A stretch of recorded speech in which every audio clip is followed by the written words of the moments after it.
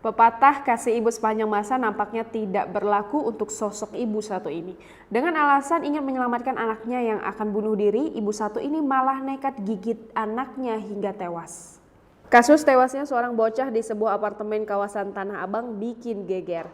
Pasalnya sang bocah berusia 5 tahun itu dikabarkan tewas secara tragis.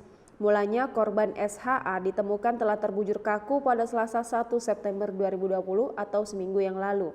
Melansir informasi dari tribunnews.bogor.com pada Selasa 8 September 2020, akhirnya kasus kematian sang bocah terungkap. Kabid Humas Polda Metro Jaya, Kombes Pol Yusri Yunus menyampaikan bahwa kematian sang bocah dikabarkan tidak wajar. Dari hasil otopsi di beberapa bagian tubuh SHA ditemukan luka bekas gigitan. Kombes Pol Yusri Yunus dan pihaknya mengaku telah berhasil menemukan pelaku ML yang tak lain ibu korban. Polisi menetapkan ML sebagai pelaku lantaran SHA terakhir kali berada di apartemen tersebut bersama ibunya. Dari hasil penyelidikan, ML rupanya istri ketiga dari H atau ayah korban. Menurut informasi, pelaku dan korban telah menempati apartemen di kawasan Tanah Abang itu sejak 2015 silam. SHA tak hanya mendapat luka gigitan, namun korban diduga kuat juga mengalami tindak kekerasan.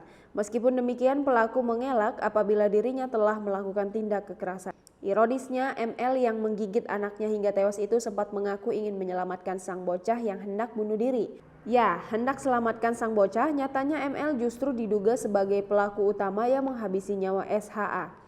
Akibat perbuatannya, ML dijerat dengan pasal 76C JO pasal 80 ayat 3 Undang-Undang Nomor 35 Tahun 2014 tentang perubahan atas Undang-Undang Nomor 23 Tahun 2002 tentang perlindungan anak dan atau pasal 338 KUHP.